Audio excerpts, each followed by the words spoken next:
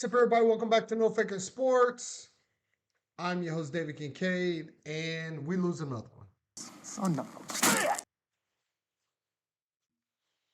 Decimated by injuries, offensive line not playing very well, and the play calling is still horrendous. Is what it is, folks. Um, I will continue to support my Sooners. Is what it is. Uh, you guys know I've said it before. I'm a former player, and these guys need our support. They do. They really do. So continue to support the Sooners. Don't trash the players. Um, it is what it is. We don't have a mass exodus. We're not losing a lot of recruits. Everybody can kind of just see it for what it is. But the play calling is just Joe John Finley came out the first game that he called. He did a decent job. And then he follows it up with this nonsense. Once again, we're relying too heavily on the quarterback run. Jackson Arnold had 3 fumbles and lost 2 of them. Why does he have 17 carries? Xavier Robinson showing. We got to see him. Would like to see more of him, more of Taylor Tatum. I don't know what's going on with Gavin Sawchuk. Is what it is, man. Must have a hamstring thing. Might not be fully ready. But now I'm starting to question what's going on in the offseason with Smitty, because it seems like a lot of these, aside from Jaden Gibson's knee, a lot of these injuries are soft tissue injuries. So that's strength and conditioning. That's your job. That's the job of these players, to get into the training room and making sure that they're stretching properly, doing their recovery and stuff like that. Um, but the stat lines for this game just makes no sense. And I blame the offensive coordinator. The 2 longest passes of the day were from a punter and a running back. And the quarterback had more rushing attempts, 17, than the next closest person, who had 9. How? How does this happen? I tell you how it happens. We are a finesse football team. I get on here and I say the same thing over and over, especially when it comes to running the football. You want to know what running the football does for you? It allows you to knock off the Miami Hurricanes. I don't know if y'all saw Georgia Tech, but Georgia Tech ran the football. Georgia Tech controlled the time of possession. Georgia Tech kept Cam Ward on the sideline. Georgia Tech beat the undefeated Miami Hurricanes because they ran the football. They played physical. Now, as far as defensive wise, we played physical. Billy Bowman's hit on Luther Burton was something to see. I love it. That's the type of player I was. I love to fly around and hit people. If I didn't hurt myself in some type of way, I didn't hit you hard enough. That's the way I saw the game. So on one side of the ball, we are physical and we are showing ourselves in the image of Zach Alley and Brent Venables. 2 physical, very demanding, angry people. Zach Alley is a little more not as rah-rah as Brent Venables, a little more subdued, but he can get after it. Coach BV, when are we going to find that guy on the offensive side of the football? The guy on the offensive side of the football that says, I want to punch people in the face. Not the guy that wants to throw screens and quarterback run. We ran a jet sweep with Bauer Sharp. It looked terrible. You can't tell me that you practiced that play during the week and it looked good to you. That he ran the football and you said, we could probably use this. Bauer Sharp is a finesse football player. That's what we got, is what it is. We're going to have to go with it. Because obviously our 5-star tight end is not ready to play. It's very sad and disheartening that as a Sooner fan, we have to look forward to next year and hope people are healthy. It's very sad that we have to look forward to next year and hope that we get an offensive coordinator that will do his job. I am so sick and tired of, we had a 4th and 1. During this 4th and 1, I'm yelling at the TV for the offense to run the play because the defense was not lined up. They didn't know where to go. They didn't even have defensive linemen in their stance ready to go. Our offense is lined up. What are we waiting for? We waited a good 12 to 15 seconds before we snapped the ball. You know why? Because we're waiting to see what the defense is in. Who cares what they're in? It's 4th and 1. Where's the power football game? We should have been running the ball while they weren't set and getting the first down. Instead, we're waiting for them to set up, see what they're in. Then we try to run the ball and we get stopped.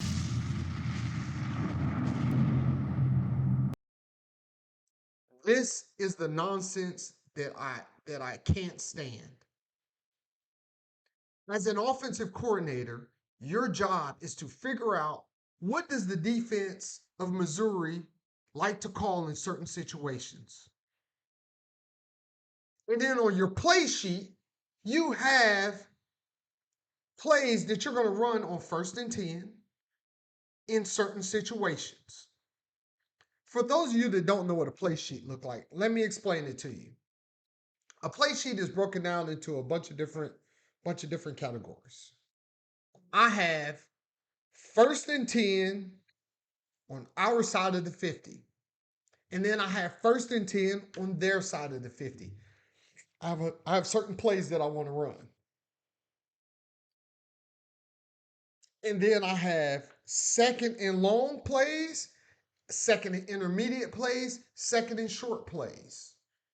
But all of these plays have to line up to where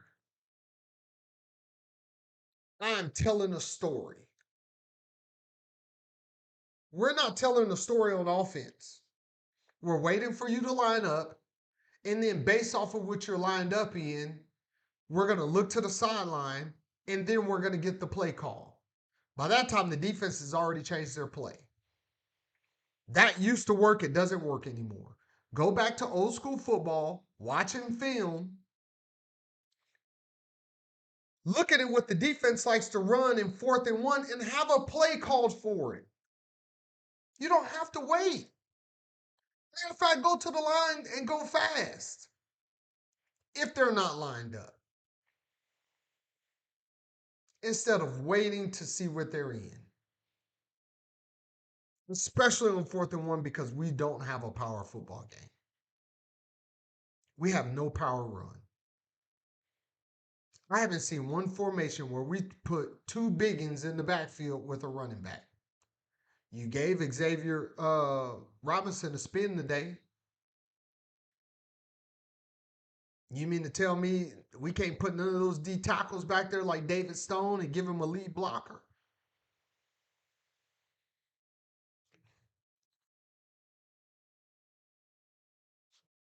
The season is a wash. It's over. I don't care about no bowl game. I don't care about. It's looking like 5-7. Our bowl, we have the second longest bowl streak in the nation behind Georgia. It's over. I understand we have injuries. And I said over and over, there's a way to mitigate those injuries. If you have five wide receivers hurt, you don't run five wide receivers on the field. I understand that that's your offense. I get it. But you mean to tell me that the only offense that you know is spread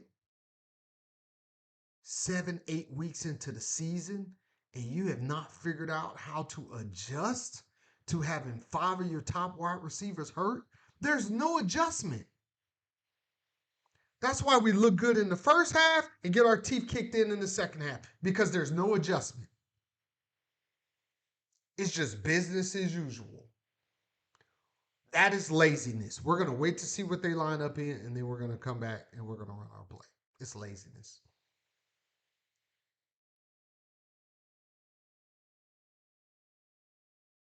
It's oh, my heart, the pain. When I look at what Georgia Tech did, I watched the entire game.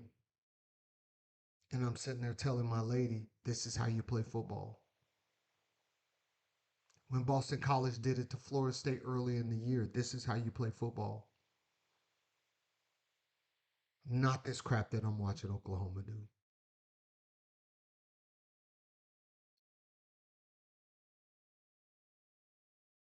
I said I was going to reserve judgment and give Brent Venables time to fix it.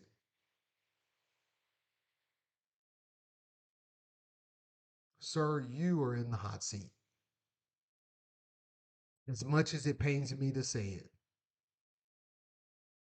you are getting out coached week in and week out. Yes, the defense is playing phenomenally. We have a really good defense, aside from Woody Washington and a couple other defensive backs that are terrible. I played defensive back. I know what that position is supposed to look like.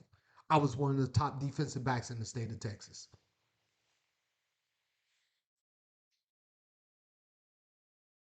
This is not good.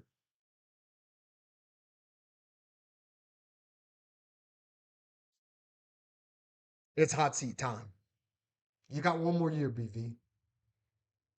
And if you roll out the same finesse nonsense that you rolled out this year and not making adjustments for whatever injuries that you may have, in which we have a lot of them, but yesterday was a winnable game. Yesterday was a very winnable game,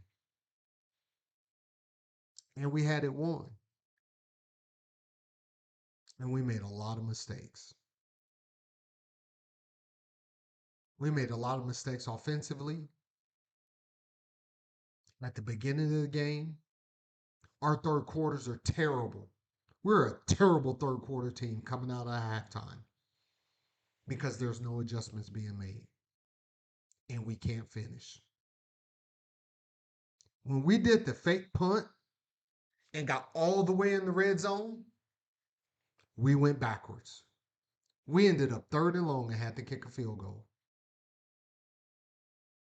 The very next time we got down there, first and goal, what did we do? We ran a bunch of finesse nonsense and ended up in third and long and had to kick another field goal. I don't understand why, after moving the ball so well, trick punt ain't really moving the ball well, but I don't understand why getting into the red zone inside the 15-yard line, we can't line up and run our plays. That's part of your call sheet. That's what should be on your call sheet. First and 10 or first and goal from the 9.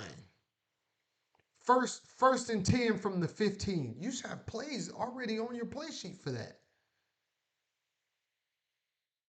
But the plays that you're running are just it's ridiculous.